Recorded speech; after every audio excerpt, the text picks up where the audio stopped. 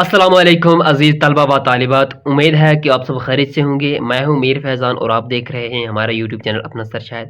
تو عزیز طلبہ و طالبات، آج کے اس ویڈیو میں ہم ڈسکس کریں گے پرتی پال سنگھ کی غزلیات کی تشریح۔ ٹھیک ہے، ان کی غزلیات جو آپ کے نصابی کتاب میں دی گئی ہیں ان کی ہم تشریح کریں گے۔ تو پہلا اشعار ہے ان کی پہلی غزل کا: ندے پختہ عمارت ایک کھنڈر دے، میں بے گھر ہوں مجھے بھی کوئی گھر دے۔ تو اس کی تشریح ہے، یہ اشعار پرتی پال سنگھ کی غزل سے لیا گیا ہے۔ شاعر اس شعر میں خدا سے دعا گو ہو کر فرماتے ہیں، ٹھیک ہے، یا کہ فرماتا ہے کہ مجھے ایسی مضبوط عمارت کی کوئی خواہش نہیں جیسی عمارت کا شوق آج کے انسان رکھتا ہے۔ شاعر کہتا ہے کہ مجھے اگر ٹوٹا ہی گھر ملے تو کوئی شکایت نہیں، بس ایسا گھر ہو جس میں تیری عبادت ہو۔ تو اشعار نمبر 2 ہے: اگر ہوں راستے پر مطمئن کر، اگر بے سمت ہوں راہ سفر دے۔ تو اس کی تشریح ہے، یہ اشعار پرتی پال سنگھ کی غزل سے لیا گیا ہے۔ یہ سنگھ ہے، سنگھ نہیں ہے، سنگھ نہیں ہے، یہ سنگھ ہے۔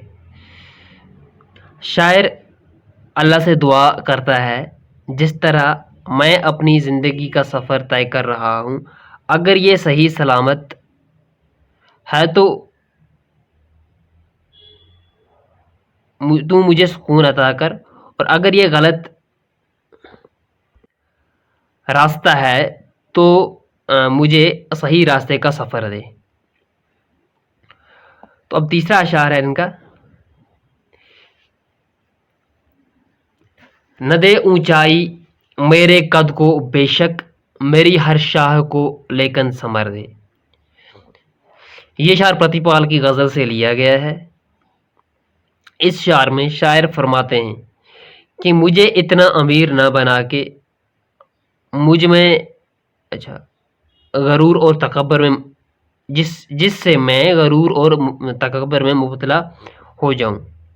شاعر کہتے ہیں کہ بس مجھے اپنی رحمت سے نواز اور مجھے ہدایت دے، اور ایسا بنا کہ میں ہمیشہ تیرا شکر ادا کروں۔ ایک اور شعر ہے: مجھے پتھر دے دیے ہیں، اب ان ہاتھوں کو آزر کا بتر دے۔ بتر کہتے ہیں ہنر سے، ٹھیک ہے۔ اس شعر میں شاعر فرماتے ہیں کہ میرے خدا، میرے حق میں تو نے جو کچھ دیا وہ بہت کم ہے، مگر مجھے تو اس ہنر سے مالا مال کر دے جو آزر ابراہیم علیہ السلام کے باپ کو دیا تھا۔ اب ان کو کون سا ہنر دیا تھا؟ وہ ایسے عمدہ قسم کے بت بناتے تھے، ان ٹوٹے ہاتھوں سے تراشتے تھے جس کی کوئی مثال نہیں، یعنی ان کے ہاتھ جو تھے وہ بہت بہتر فزیک میں نہیں تھے، لیکن اس کے باوجود بھی وہ بہت اچھے بت بناتے تھے، ٹھیک ہے۔ نظر ہے منتظر کس کس سے بےتاب، صدف مجھ کو کیا ہے تو گہر دے۔ یہ شعر پرتی پال سنگھ کی غزل سے لیا گیا ہے۔ یہ شعر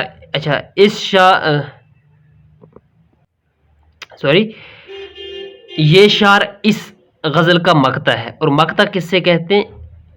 غزل کے آخری شعر کو مقطع کہتے ہیں، یاد رکھنا، اور پہلے شعر کو مطلع کہتے ہیں۔ یہ بات مطلع کی بھی یہاں سن لو آپ، غزل کے آخری شعر کو مقطع کہتے ہیں اور پہلے شعر کو مطلع کہتے ہیں۔ اس میں شاعر اپنے رب سے دعا مانگتا ہے کہ میری نظر اور میری جان کی رگ رگ انتظار میں ہے، جو تو نے مجھے سیپ بنا دیا ہے، تو میں اس میں گوہر کو بھی پیدا کرتا ہوں کہ عزت اور وقار میں بلندی آ جائے۔ اب غزل نمبر 2 ہے ہمارے پاس: ریت ہے اور بے کرانی ہے، اور صحرا کی کیا کہانی ہے۔ یہ شعر پرتی پال سنگھ کی غزل سے لیا گیا ہے۔ شاعر اس شعر میں اپنی حقیقت بیان کرتے ہیں اور کہتے ہیں کہ میں کچھ بھی نہیں ہوں، مجھ پہ کیوں کر فخر کیا جائے، میں تو معمولی سا ذرہ، یہ ذرہ ہے، ذرہ ہوں، ذرہ کہتے ہیں چھوٹے سے ٹکڑے کو، ٹھیک ہے، اس کے ذرہ برابر بھی نہیں ہوں، یعنی کہ جس کا دور تک کوئی کنارہ نہیں، اور دور دور تک اس بے کنارہ ریگستان میں صرف یہی چیز ہے، اور ایسی حالت میں کسی چیز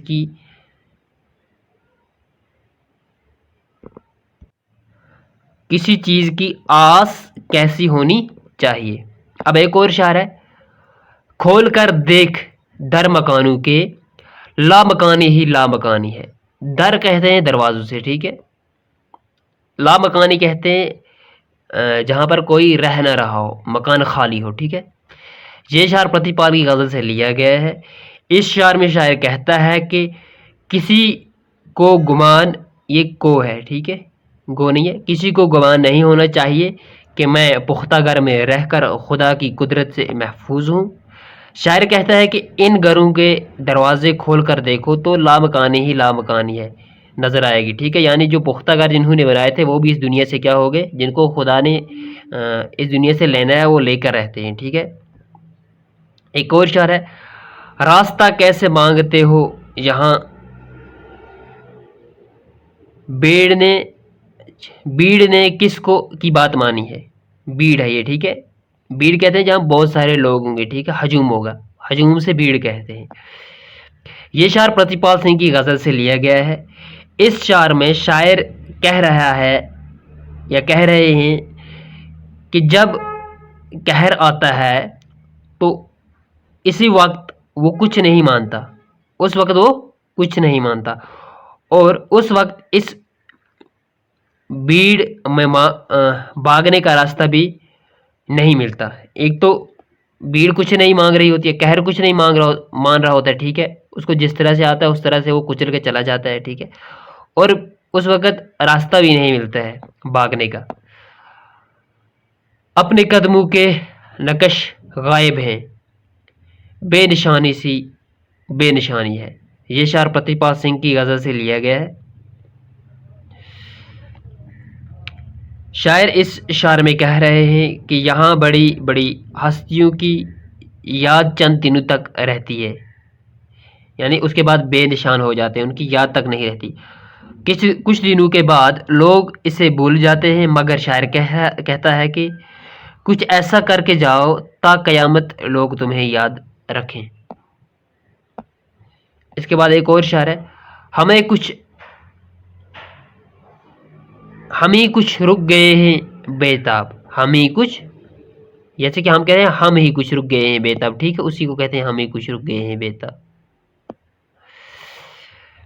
ہم ہی کچھ رک گئے ہیں بےتاب، ورنہ چاروں طرف روانی ہے۔ یہ کہہ رہے ہیں کہ ہم ہی کچھ رک گئے ہیں، ادروائز اگر آپ دیکھو گے تو چاروں طرف کیا ہے، روانی کہتے ہیں چلتے ہوئے پانی سے، ٹھیک ہے، تو اسی طرح سے چال چلن لوگوں کا چلنا ہے چاروں طرف۔